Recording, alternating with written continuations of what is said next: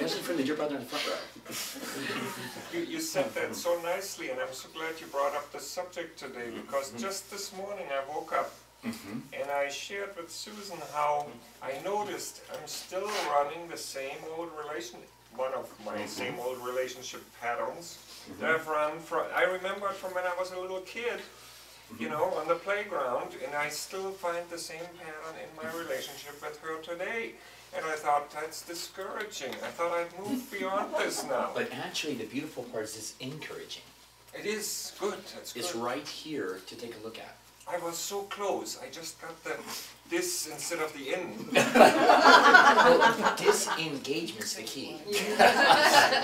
See, I was close. Because see, what we're doing here, when you look at the relationship level, it's all these taught perceptions, realities, and otherwise it says it has to be like this. I have a stem on the apple, so I got to be this, that, and the other, that, and the other. You don't have a stem.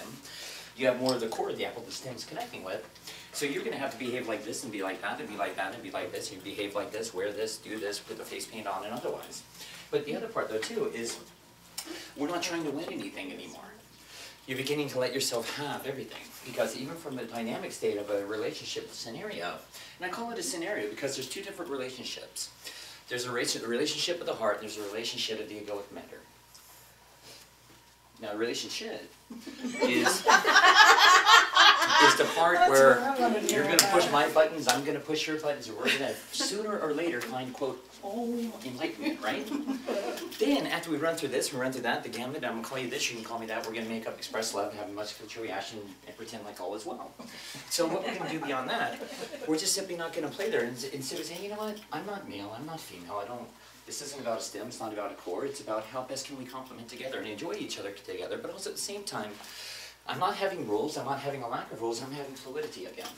Because that's where we're rewriting all the paradigmal patternings that have been embodied, embraced genetically, DNA-wise, cellular, consciously, subconsciously, and where everything's dissolving. That would be good. And that's what you're doing now. See, I got very clearly that it had nothing to do with her, that it was just an old pattern that I was rerunning. And it would, if I had a relationship with anybody else on the planet, it would still be the same pattern. It's not about her at all, and that kind of was more discouraging than if I could blame it on her. Can I disagree with that? Okay. Because I am going to disagree on that. Because does it have anything to do with Susan? Pardon? Does it have anything to do with Susan? What I'm going through, I doubt it. Has everything to do with Susan. It has to. Oh my God, thank she God. has issues.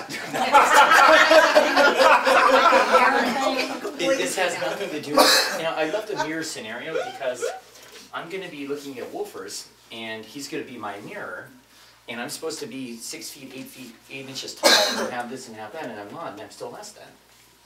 Now, and then you're going to be like this. Huh? You're a bad mirror. I heard that. I got way too many blemishes on that one. But where's the Windex when you need it? All right. But the mirror scenario is a brilliant starting point when you're beginning to get your own attention. The only mirror is that I'm going to call you this, I'm going to treat you this way, that way, and I'm going to accept it. So if you're going to dominate me, you're going to control my own consciousness, you're going to control where I go, where I don't go, what I do, what I don't do, and I'm going to accept it. I'm the one that has the conflict on that one. Because I'm accepting that behavioral mannerism. I'm giving all of my essence and divinity, my power to you, to show me who I perceived I should have been, or should be, rather than who I truly am. Because when I'm being who I truly am, you can play every silly egoic structure game. You can try to dominate, grab on, and yada, yada, yada. But hey, you know what? Namaste, dear brother, have a blast. I'm just not willing to play there. Thank you. That's the mirror scenario. What I'm willing to accept is how I'm willing to be treated. As I'm not willing to accept anything less, it's dissolved.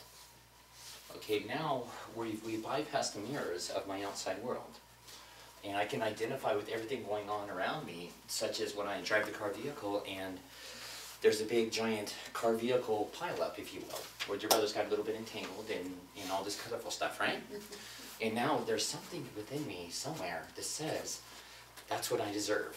And then I'm going to go into, wow, you know, how scary, how fearful, this, that, and the other, and which is going to create a whole other resonance of judgment about myself that has nothing to do with me. I'm there as an instrument. I'm there to thank you guys, better you than me, right? Which has nothing to do with me. Now, would I get out of the car vehicle and see what I could do to assist? Absolutely, if it was presented. Otherwise, it's not my business.